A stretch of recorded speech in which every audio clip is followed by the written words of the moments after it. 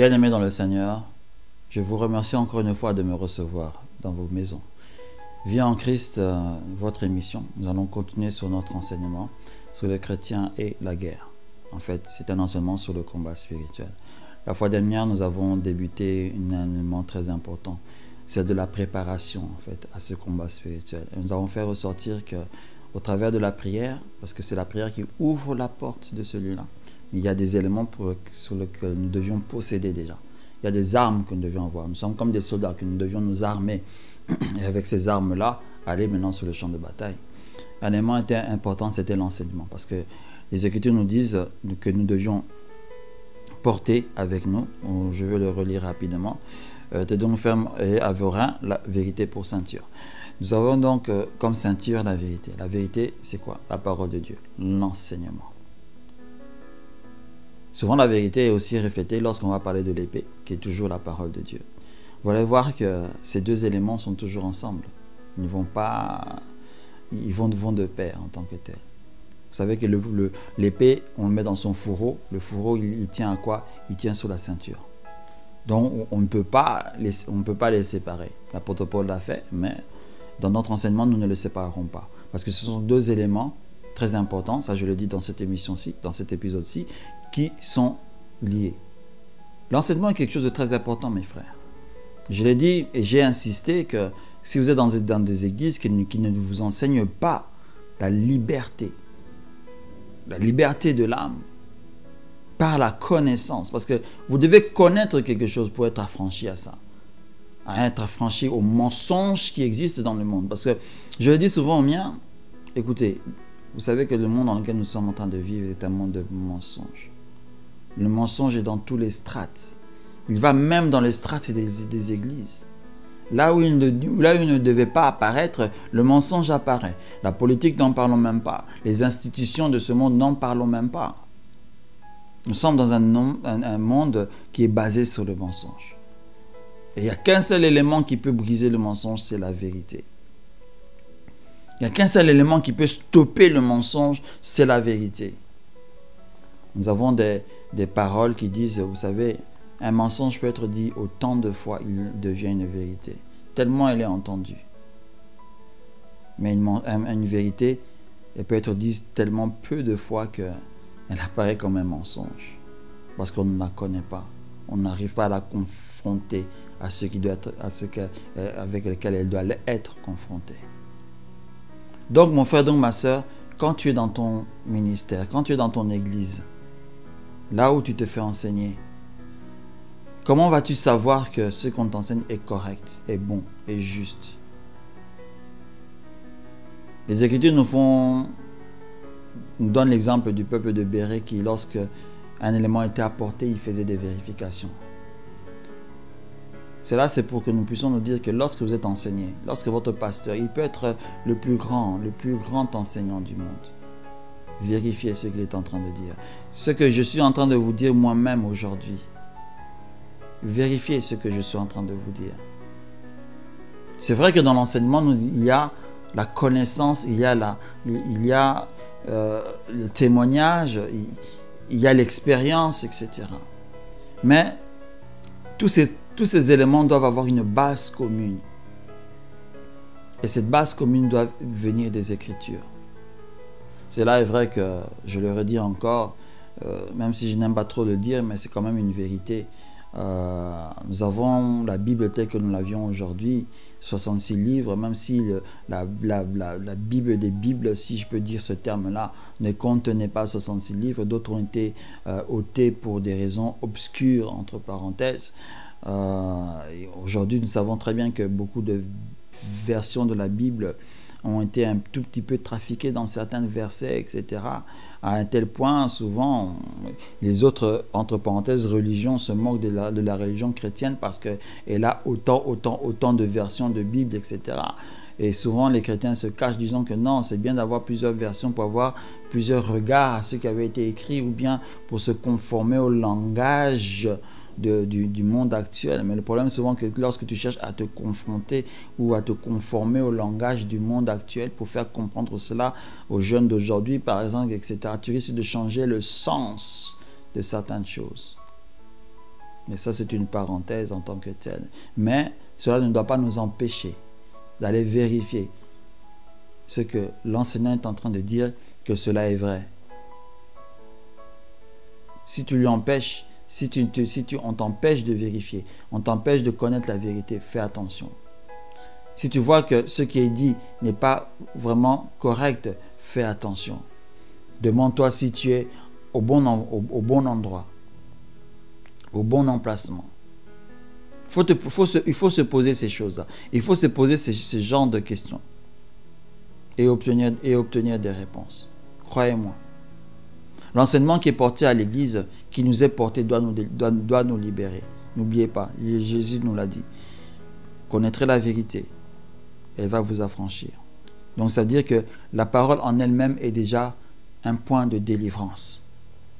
Le combat spirituel n'est pas un combat forcément qui porte à la délivrance en tant que tel. Mais tu portes une sorte de... Tu vas chercher quelque chose. Tu peux aller te libérer de certains éléments, mais tu vas aussi porter quelque chose. N'oubliez pas que lorsque nous avons commencé notre émission, nous avions dit quelque chose de très important. Nous avions dit que ce qui se passe dans notre monde aujourd'hui est décidé. Si nous allons dans ce combat spirituel-là, c'est pour aller décider à leur place. Voilà le but de notre émission. Nous apprendre à aller décider à leur place. Je sais déjà que le Seigneur a décidé quelque chose pour moi. C'est un fait. Ma destinée est écrite devant lui. Mais il y a des forces qui prennent d'autres décisions sur ma vie. Je dois donc me lever, les frapper, les enchaîner et maintenant commencer à prendre des décisions pour moi-même. Raison pour laquelle vous voyez souvent dans des églises, on pousse les gens, déclare ceci dans ta vie, déclare cela dans ta vie. Ce sont des combats spirituels. Mais souvent je dis que non, c'est bien de pousser les personnes à faire ce genre de prières, de déclarations et autres.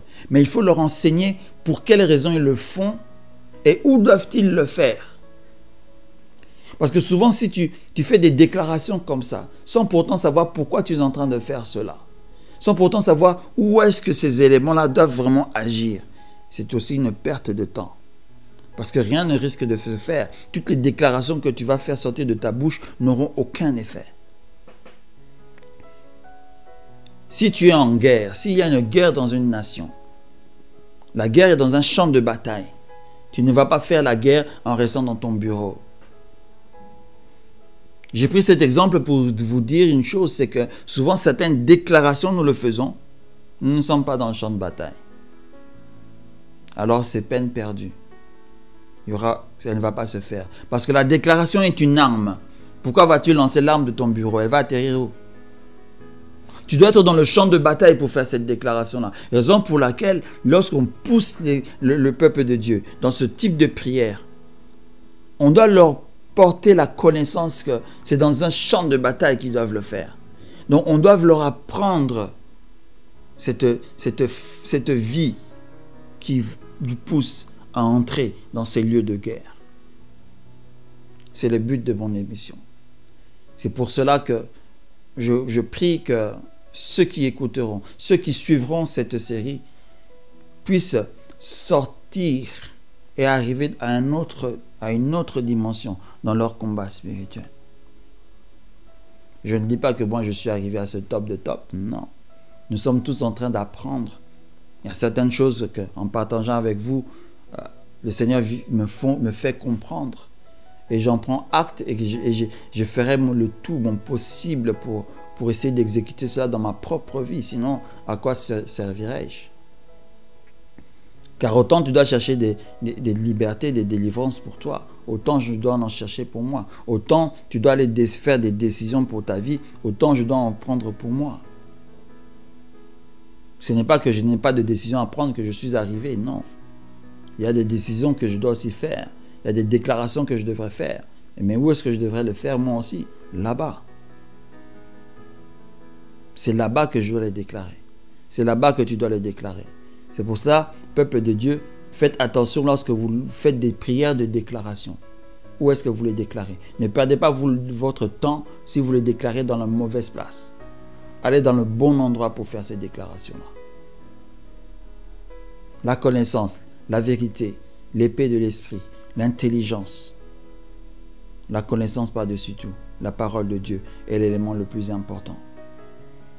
Vous devez connaître la parole de Dieu. Je vous en supplie, la connaissance de la parole de Dieu est importante. Je ne dis pas ici que tu dois connaître les versets. 1 Pierre 1, verset ceci dit ceci. 2 Corinthiens, verset ça, dit que chapitre ceci, verset ça, dit cela. Apocalypse 22, dit ceci. Non, ce n'est pas ce que le Seigneur vous demande. Vous savez que peu de personnes le savent. Hein? La Bible, lorsqu'elle a été écrite, ou les Écritures en général, lorsqu'elles ont été données, n'étaient pas Genèse 1, chapitre 1, verset 1. Il y avait peut-être un nom dans le livre, mais c'était un récit. Les chapitres, les versets, etc., ont tous été apportés pour une facilité dans la compréhension. Et ça, c'est bien. Ça nous a permis ça nous a facilité la compréhension. Ça nous a facilité l'enseignement. C'est la raison pour laquelle, si quelqu'un te dit que tu ne connais pas la Bible parce que tu ne peux pas citer ceci, cela, etc., même si tu connais la parole en question, la personne ne peut pas te juger. Non. Tu seras jugeable simplement si on te dit, si tu ne connais pas ta parole, si tu ne connais pas la parole de Dieu. On ne te demande pas de la mémoriser. On ne te demande pas de connaître de Genèse à Apocalypse. Non, ce n'est pas ce qui est demandé. Connaître la parole de Dieu, c'est connaître les versets clés, les points clés. Le reste suivra. Mais les points clés, il faut les connaître. Les points clés de la délivrance, tu dois les connaître. Les points clés de la bénédiction, tu dois les connaître. Les points clés de la loi, que tu dois les connaître. Et ça, c'est en exerçant ton esprit. Pour exercer ton esprit, tu dois lire la parole de Dieu. C'est la raison pour laquelle le Seigneur a dit à Josué, écoute, n'éloigne pas ce livre de ta bouche, s'il te plaît. N'éloigne pas ça de tes yeux. N'éloigne pas ça de tes mains. Non, n'éloigne pas ça qu'elle soit avec toi. Médite-la tous les jours. Le jour, quand tu es libre, lis. Le soir, lis-le. Tu verras que ça va t'apporter quelque chose. Je paraphrase. Hein. Tu verras que tu auras du succès. Hein. Pourquoi tu auras du succès? Parce que ce livre t'apprendra certaines choses que tu ne connaîtras pas et que tu seras employé dans ta vie de tous les jours. De même, la connaissance de la parole de Dieu te permettra de faire les bonnes déclarations au bon moment et au bon endroit. Et tu obtiendras quelque chose. Si le Seigneur avait dit à Josué que tu obtiendras le succès, cela veut dire que tu obtiendras ta délivrance. Tu obtiendras ta réussite. Parce que la vérité empêchera le camp adverse d'agir.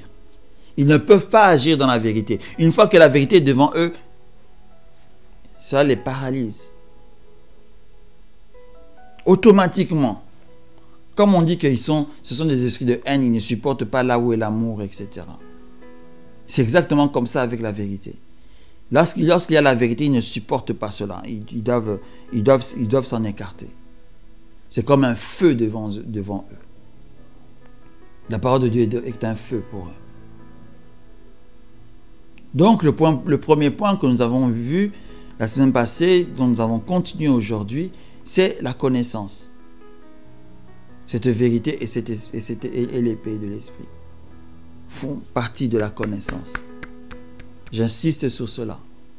Faites attention à ce que vous écoutez. Aujourd'hui, les réseaux sociaux, toutes ces plateformes de vidéos, etc., où il y a des partages et des partages par des personnes dignes de foi et par des personnes qui aujourd'hui se sont autoproclamées.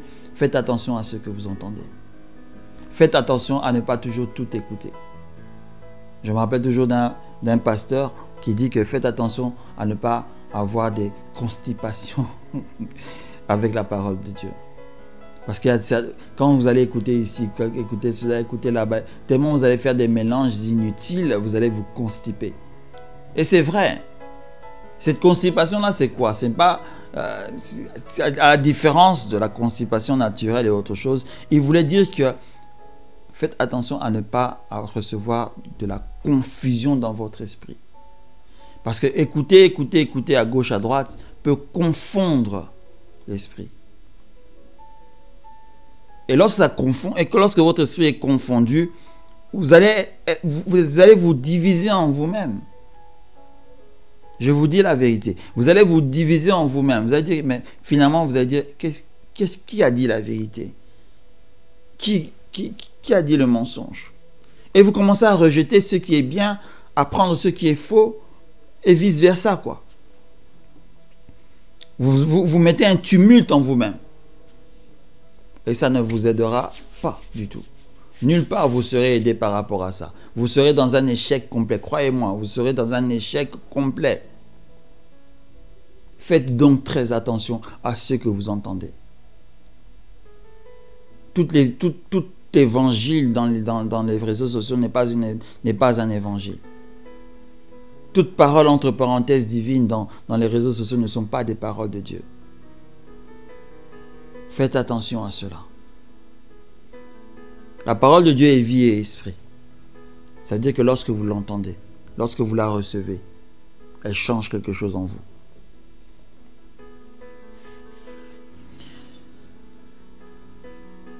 Mettez pour vous, pour chaussure à vos pieds, le zèle que donne l'évangile de la paix. L'évangile de la paix. Il y a encore un lien avec les Écritures ici. On ne dit pas ici, parce que souvent on se méprend, selon moi en tout cas, c'est ce que j'ai toujours cru. On croit que forcément il faut devenir évangéliste en fait. Que tu dois aller prêcher, que tu dois faire ceci, même si on est tous appelés à le faire d'une manière ou d'une autre, etc. Mais ce n'est pas pour moi ce que voulait dire vraiment cette phrase-là. Pour moi, cette phrase-là est liée à la profession. Lorsque tu dois dire la vérité, lorsque tu dois proférer la vérité en apportant la paix, où il y a le tumulte. Mais dans le concept dans lequel nous sommes, c'est que la compréhension des Écritures doit amener une paix en toi. En tout cas, dans le concept dans lequel nous sommes. Parce que je peux porter cet élément-là bel et bien pour l'évangélisation, c'est vrai. Mais retenez une chose, que l'apôtre Paul a commencé cette étude-là, cet enseignement-là, en parlant d'un combat contre la chair, non, d'un combat qui n'est pas contre la chair et le sang. Donc là, c'est que je vais dans une bataille. Dans la bataille en question, je ne pars pas avec l'évangélisation. Je pars avec une connaissance qui a apporté une sérénité en moi. Et qui me dit que non, je veux vaincre. Parce que la parole de Dieu me dit cela. Vous voyez qu'on est de nouveau encore connecté à l'enseignement. L'enseignement qui ne donne pas la paix, attention à celle-là. L'enseignement qui te rend confus, fais attention à cela. Quand vous ne comprenez pas un enseignement, demandez. Faites-vous expliquer. Sinon, il n'y a personne pour vous l'enseigner, il n'y a personne pour vous faire comprendre cela, prenez cet enseignement pour le moment, mettez-le de côté. Mettez-la de côté. Ne la prenez pas, ne la mangez pas, ne la digérez pas. Elle va vous constiper. Jusqu'au moment où vous savez que vous pourrez en avoir l'explication, faites-en la demande. Donc, mangez, digérez. Prenez ce qui doit être pris et digéré. Sinon, on est dans des problèmes. Sinon, tu auras des problèmes lorsque tu iras sur ce champ-là. Croyez-moi.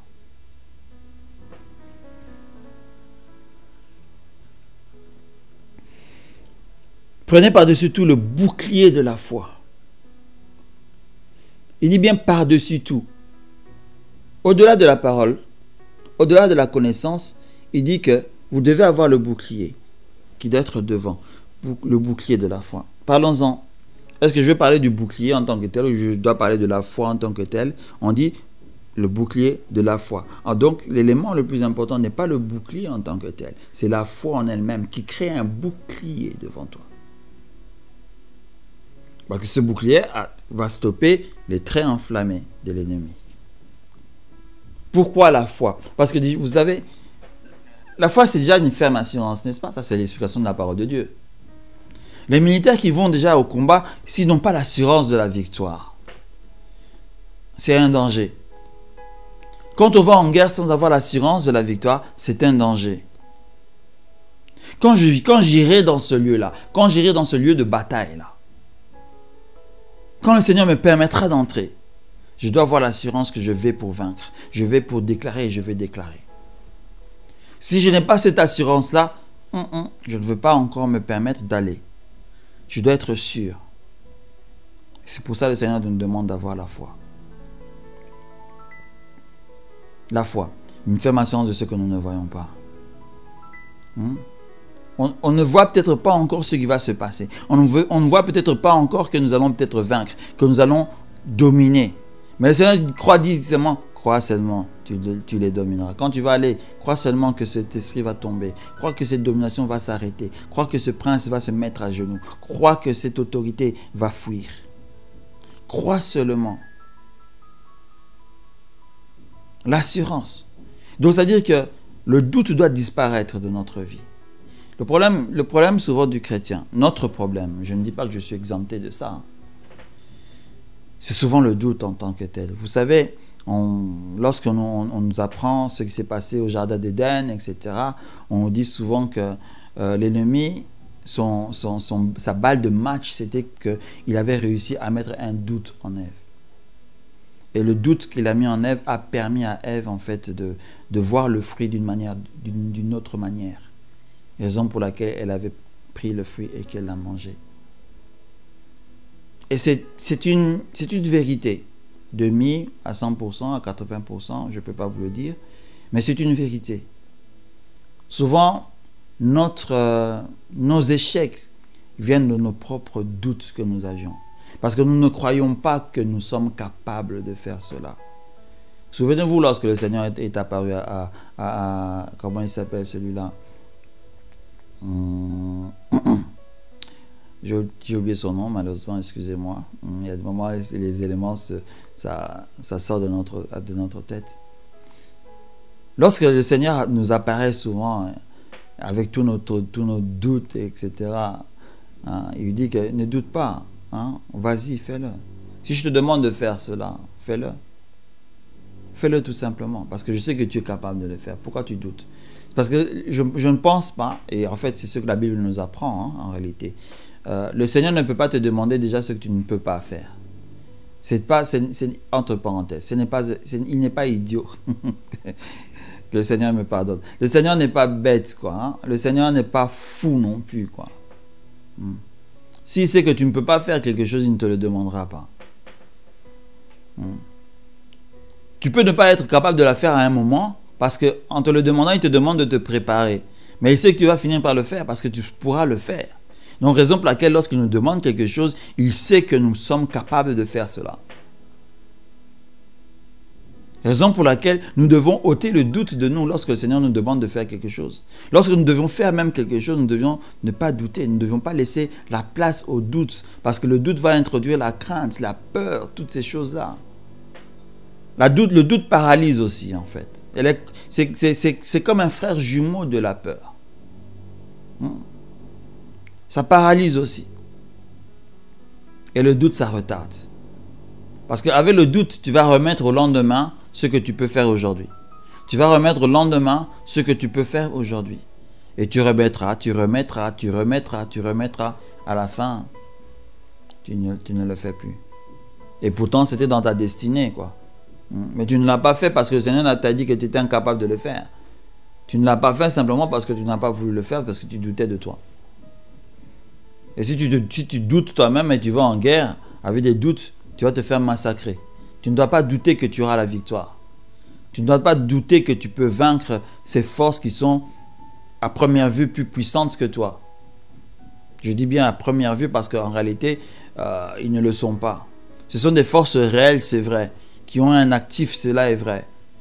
Mais n'oublie pas que le Seigneur te dit qu'il te couvrira, qu'il te protégera, qu'il marchera avec toi. Nous devons comprendre ça, nous devons accepter cela. Acceptons cette réalité-là. Le doute est quelque chose de très dangereux. C'est la raison pour laquelle le Seigneur nous demande d'ôter le doute et d'avoir la foi. Parce que la foi va construire un bouclier. Donc tout ce que l'ennemi pourra te dire pour te mettre en doute, pour te dire que tu seras incapable de faire ça, incapable de faire ceci, vont être stoppés par ce bouclier de la foi. Pourquoi? Parce que toi tu crois. Tu as déjà l'espérance de la victoire. Tout ce que tu pourras voir de tes yeux et autres. Parce que souvent le doute peut naître de ce que nous voyons, de ce que nous entendons. Tout ce que tu verras, entendras, etc. Tu ne t'en occuperas pas. Tu pourras prier aujourd'hui, déclarer aujourd'hui, tu ne vois pas la chose demain, ce n'est pas un problème. Tu recommences. Tu ne doutes pas, tu persévères. Tu persévères dans ta foi. Tu ne laisses pas le doute venir mettre un frein en cela. Parce que tu sais qu'au final, tu vas vaincre. Souvent, notre persévérance peut être très longue aussi. Souvent, elle peut être juste courte. Pour quelle raison? Simplement parce que nous ne faisons pas les combats de la même manière en fait. Souvent nous avons la clé, la bonne clé, mais nous prenons du temps à l'utiliser. C'est pour ça que je vous ai dit dans les épisodes précédents, qui doit-on combattre lorsque nous allons sur ce terrain-là? Parce que souvent il suffit de cibler un seul pour que la situation s'arrange, se décante. Mais il faut savoir qui. Et ça, c'est la révélation de l'Éternel qui va te la donner. Mais tu dois être préparé avec la parole et avec la foi pour te mettre devant cette personne, pour te mettre devant cette autorité spirituelle, pour te mettre devant cette domination-là. Parce que tu dois savoir qui frapper pour que la pyramide tombe. Nous allons nous arrêter ici. Nous allons vous donner rendez-vous la semaine prochaine pour la continuité de cet enseignement. Que le Seigneur puisse ouvrir l'esprit de votre intelligence et comprendre en profondeur. S'il y a des choses que j'ai dites que vous n'avez pas compris, rapprochez-vous de vos enseignants. Je le dis toujours, quand vous ne comprenez pas quelque chose, prenez cette portion-là, allez la réécouter et faites-vous expliquer. Et vous allez voir que votre vie va changer. Au nom de notre Seigneur Jésus-Christ. Amen.